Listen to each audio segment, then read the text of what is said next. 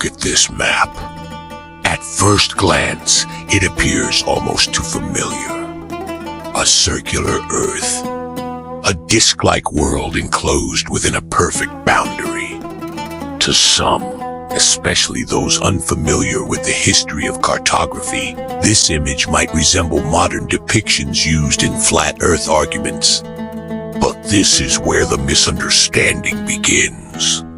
Because what you are actually looking at is not a declaration of belief, but a mathematical translation.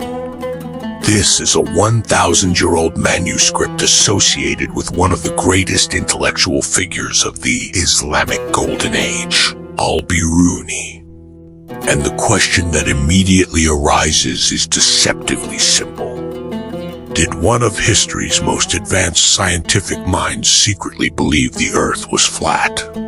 To answer that, you first have to understand something far more important than the map itself. You have to understand how maps actually work. What you are seeing is not a window into ancient ignorance. It is a projection. In mathematical terms, this is known as an azimuthal equidistant projection, one of the most sophisticated ways to flatten a sphere onto a two-dimensional surface. And here lies the fundamental truth most people overlook. Every map you have ever seen is wrong. Not because it is deceptive, but because it is mathematically impossible for it to be perfect. Map projection is the science and the art of translating a three-dimensional object, a sphere, into a two-dimensional plane that humans can interpret. It is the same reason your phone uses flat grids in Google Maps instead of rendering a constantly rotating globe every time you search for directions. The moment a sphere is flattened, distortion is not optional. It is guaranteed. The only question is where that distortion is placed. The azimuthal projection used in this manuscript is centered on a single point. From that center, distances and directions remain highly accurate. But as you move outward, the world stretches, bends, and warps. It is not a mistake. It is a trade-off. This is why engineers still use this projection in radio antenna alignment. It is why flight engineers analyze signal propagation using it. And it is even why the United Nations adopted a similar projection style for symbolic representation. It is not a confession of a flat Earth. It is a tool. Now consider what would happen if this were truly a flat Earth map. Antarctica would no longer be a continent at the bottom of the world. It would become an enormous, unbroken outer ring stretching thousands upon thousands of kilometers. And suddenly, the question becomes absurd. Who maintains it? Who patrols it? What mechanism holds it together as a perfect circular boundary? This is where misconception collapses under its own weight. Because Al-Biruni did not believe in a flat Earth. He did something far more revolutionary. He measured it. And in one of his recorded experiments, he climbed a mountain not to speculate but to calculate the curvature of the Earth itself. Long before satellites, spacecraft, or even telescopes refined our understanding of the cosmos, humanity already suspected a profound truth about the shape of the world. The Earth is not flat. It never was. Ancient civilizations were not operating in darkness. They were observing the sky with extreme precision because their survival depended on it. Before modern calendars, before GPS navigation, and before meteorological forecasting, the sky was the only reliable clock humans had. Seasonal changes dictated agriculture. Star positions guided ocean voyages. Celestial cycles determined survival. Over thousands of years, This continuous observation refined early astronomy into a surprisingly advanced science. Among the earliest formalized thinkers was the Greek philosopher Pythagoras, around 600 BC, who proposed that Earth was spherical based on mathematical intuition rather than direct measurement. Centuries later, Aristotle provided what would become foundational empirical evidence. First, he observed ships approaching and leaving the horizon. When a ship sails away, the hull disappears before the sails do. On a flat surface, this would not occur. Second, during a lunar eclipse, the Earth casts a shadow on the moon. That shadow is always circular. Only a sphere produces a consistently circular shadow from every angle. Third, as one travels south, new constellations appear while others disappear below the horizon. The sky changes with latitude. Together, these observations formed a consistent conclusion. The Earth is spherical. The debate was no longer about shape. It became about scale. How large is the sphere we live on? The first known person to answer that question with mathematical precision was Eratosthenes of Cyrene. Working in ancient Egypt, he noticed something extraordinary. In the city of Syene, at local noon during the summer solstice, the sun stood directly overhead. A vertical well produced no shadow at all. But in Alexandria, approximately 800 kilometers to the north, the same moment produced a measurable shadow from a vertical pillar. This discrepancy revealed a crucial insight. The Earth is curved. By measuring the angle of the shadow in Alexandria, Eratosthenes found it to be approximately 7.2 degrees. That number is not random. It is exactly 1/50th of a full circle.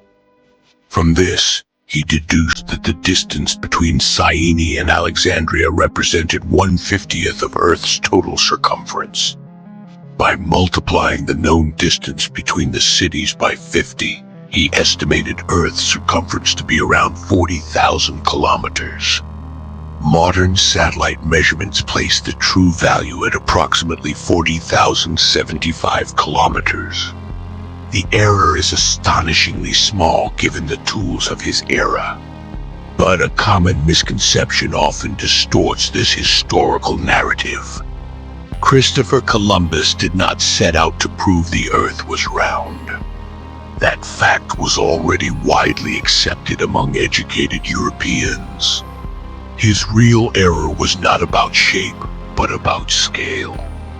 Columbus underestimated the Earth's circumference so drastically that he believed Asia could be reached quickly by sailing west. Had the Americas not existed, his voyage would have ended in catastrophe.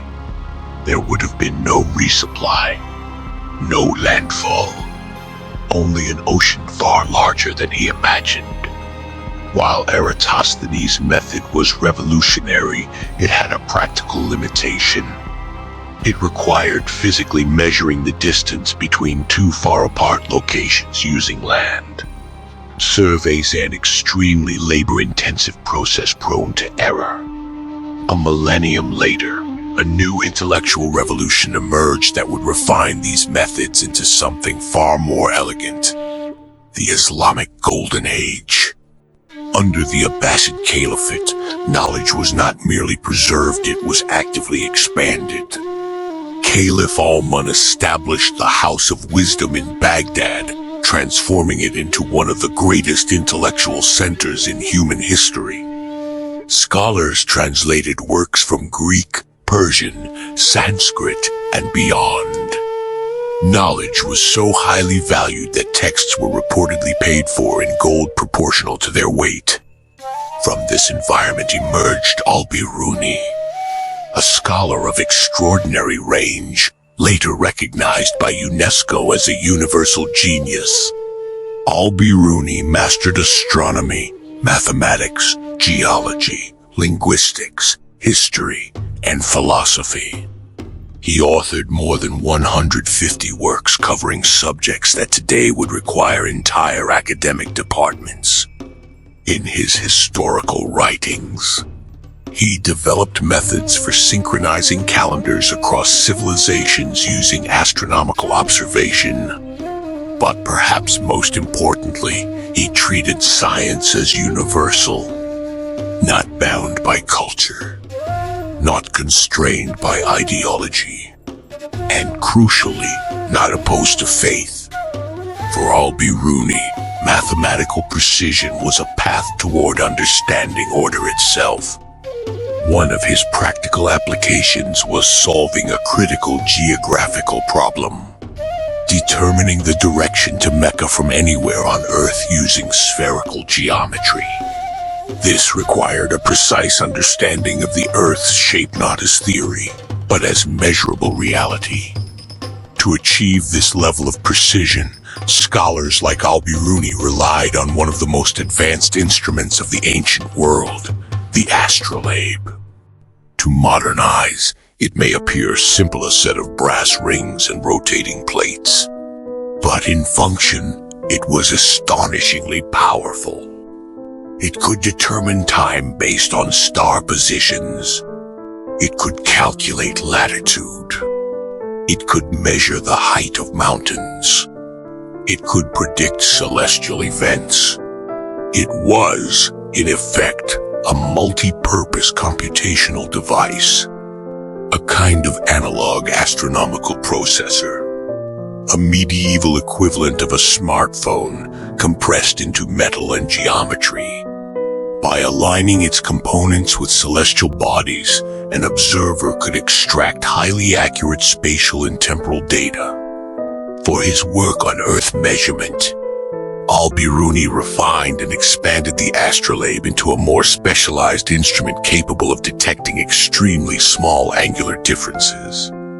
This precision would become essential for what came next. Unlike Eratosthenes, Al-Biruni did not require to distance cities. He only needed a mountain and a horizon. First, he measured the height of the mountain using trigonometry. From a flat plane at its base, he observed the angle to the summit using his astrolabe. Then he moved backward a precise distance and measured the angle again. With 2 angles and 1 known distance, he applied geometric laws to calculate the mountain's height with high accuracy. But the true innovation came next. At the top of the mountain, Al-Biruni turned his attention outward, toward the horizon. Using his instrument, he measured the angle of dip, the slight downward curvature where the horizon appears below a perfectly level reference line. This was not a symbolic measurement. It was a direct geometric signature of Earth's curvature. From this, he constructed a right-angled triangle extending from his position on the mountain down to the center of the Earth. One side represented the Earth's radius. Another represented the radius plus mountain height. The angle of dip connected both through trigonometric relationships. Using the cosine function, he solved for the Earth's radius with remarkable precision. A single location, a single mountain, a single observation of curvature, and an equation that spanned the entire planet. The result of Al-Biruni's calculation was approximately 40,225 kilometers for Earth's circumference. Modern satellite measurements place the value at about 40,075 kilometers. The error margin is less than 1%. 1,000 years before satellites, radar, or aircraft navigation systems. The accuracy is staggering. But the importance of this achievement is not merely numerical. It is conceptual. Because once you understand the Earth as a sphere, navigation itself changes. On a flat map, routes appear intuitive. But on a sphere, the shortest path is a great circle. A curved trajectory that often appears counterintuitive on flat projections. For example, on a standard map, Mecca appears southeast of Washington, D.C. But the shortest flight path actually curves northeast. This is not a trick of maps. It is a consequence of geometry. Al-Biruni's work demonstrates a fundamental principle. Reality does not adapt to our representations.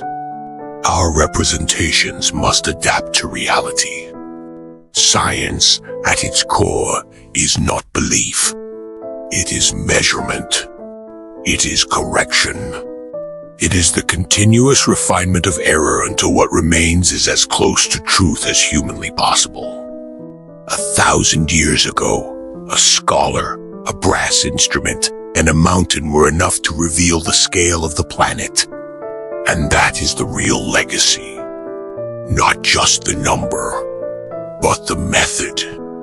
And the reminder that understanding the universe requires nothing more and nothing less than the willingness to keep asking questions and chasing new ideas.